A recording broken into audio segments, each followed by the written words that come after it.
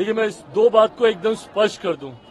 अगर किसी भी एक विषय को उदाहरण के तौर पर दिखाकर अगर सरकार की नीयत में सवाल उठाया जाएगा, तो आज की तारीख में सरकार का अंग होने के नाते मैं इस बात को स्पष्ट कर दूं, हेड ऑफ द गवर्नमेंट मेरे प्रधानमंत्री हैं और प्रधानमंत्री जी की सोच कतई आरक्षण विरोधी नहीं हो सकती।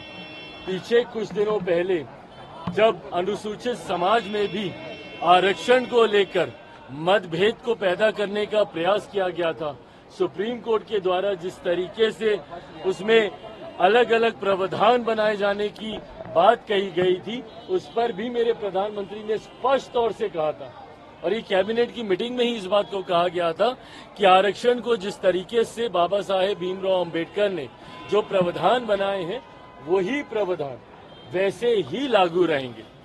आज जिसका आप जिक्र कर रहे हैं, दूसरी बात ये, पहली बात तो सरकार की सोच पूरी तरीके से आरक्षण के समर्थन में है, प्रधानमंत्री जी की सोच आरक्षण के समर्थन में है। दूसरी बात, मैं और मेरी पार्टी कतई सहमत नहीं है।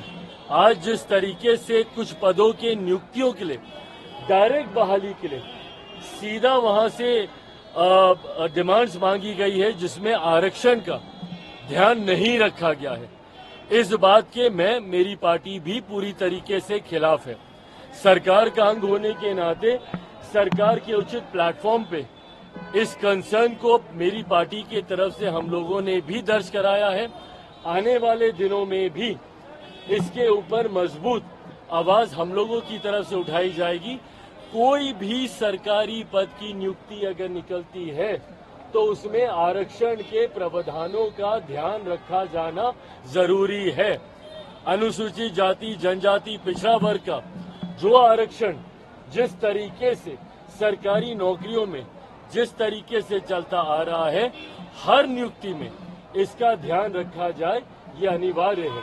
और अगर ऐसा नहीं रखा जाता है, जो कि आज हम लोग को भी देखने को मिला है, इसके लिए सरकार उचित कार्रवाई जरूर करेगी।